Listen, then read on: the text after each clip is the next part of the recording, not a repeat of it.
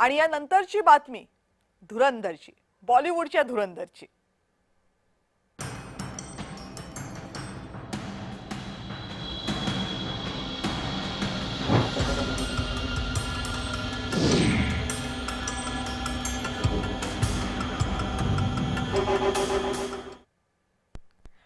बॉलिवूड अभिनेता रणवीर सिंग आणि चित्रपट कामगारांची शिखर संस्था federation of western India cine employees FWIC यांच्यामधला वाद अखेर निवळताना दिसतोय।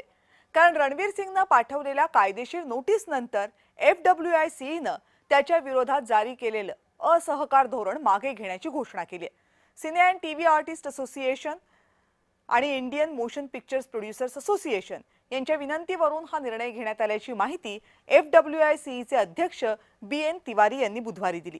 आम्हाला कुणावरही बंदी घालण्याचा कोणताही अधिकार नाहीये। आम्ही रणवीर सिंगच्या स्टारडमचा आदर करतो अशी मवाळ भूमिका FWICचे मुख्य सल्लागार अशोक पंडित यांनी जाहीर केली। धुरंधर या चित्रपटाच्या रिलीज नंतर रणवीर सिंगने अचानक दिग्दर्शक फरहान अख्तरच्या आगामी डॉन 3 या चित्रपटामधून बाहेर पडण्याचा निर्णय घेतला। शेवटच्या क्षणी घेतलेल्या एक्झिटमुळे चित्रपट क्षेत्रातील कामगारांचं नुकसान झाल्याचा आरोप करत FWICने रणवीर सिंग विरोधात असहकार पुकारला होता।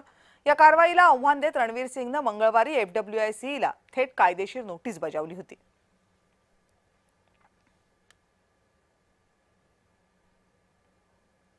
आणि या बातम्यांसह या बुलेटिनमध्ये वेळ झाले इथेच थांबण्याची। पाहत रहा जय महाराष्ट्र।